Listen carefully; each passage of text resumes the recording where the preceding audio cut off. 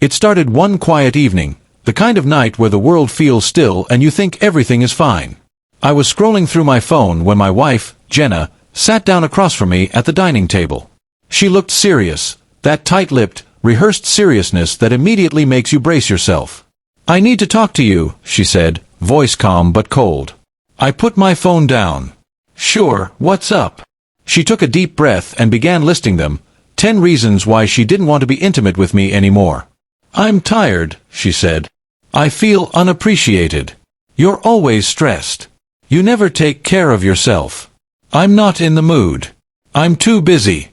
I feel emotionally disconnected. You don't listen. I need space. And I just don't want to." I listened, nodding slowly, my jaw tight. Each reason felt like a knife, but I didn't react the way she expected. There was no begging, no pleading, no trying to fix it with flowers or promises. Instead, I leaned back, looked her straight in the eyes, and smiled softly. "You gave me 10 reasons," I said quietly. "So I'm going to give you 10 consequences." Her eyebrows shot up. "Consequences?" she asked, a hint of panic creeping into her voice. "Yes," I said. "If intimacy isn't about connection anymore, if it's a list of excuses, then these are the rules of reality." I started calmly. 1. You're responsible for your own happiness now. 2. I'm no longer the default emotional outlet. 3. You will contribute fully to household responsibilities without expecting extra attention from me. 4. I'm stepping back from this marriage emotionally until honesty returns. 5. Every lie or excuse will be met with silence, not negotiation. 6. If you want companionship, you'll earn it through actions, not words. 7. I will focus on my own goals and happiness unapologetically. 8. No more guilt trips, no more manipulation. 9. If this continues, legal separation will be considered. 10. Respect and trust are not optional. You either restore them or lose them forever.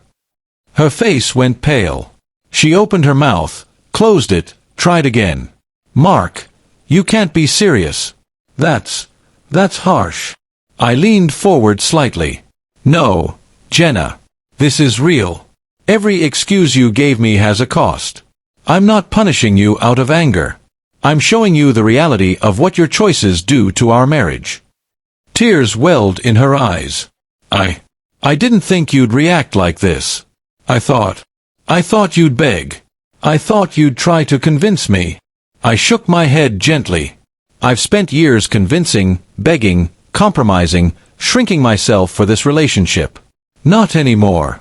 If you want to be here fully. If not, then I'll step back. I will not be collateral for your dissatisfaction." For a long moment, we just sat there, the tension thick. The room felt smaller, quieter, as if the universe itself was holding its breath. Then she started to cry, quietly at first, then louder. I didn't move to comfort her. "Not yet. I didn't realize," she whispered. "I didn't realize how much I was hurting you." "I know," I said softly. "And now you do." Words without action, excuses without accountability, create consequences. That's life. That's reality. That's marriage when one person decides to withdraw. By morning, she had retreated to her sister's house, leaving the silence as a mirror for her own behavior. I spent that day walking around my apartment, finally breathing without tension, finally feeling the weight lift. I realized something important. Consequences aren't cruel. They're necessary. They teach people what they refuse to learn on their own. Weeks later, she called. Apologized. Said she understood. I listened, calmly. I told her that words were cheap. Actions would now determine the future. Whether our marriage survived would no longer depend on excuses.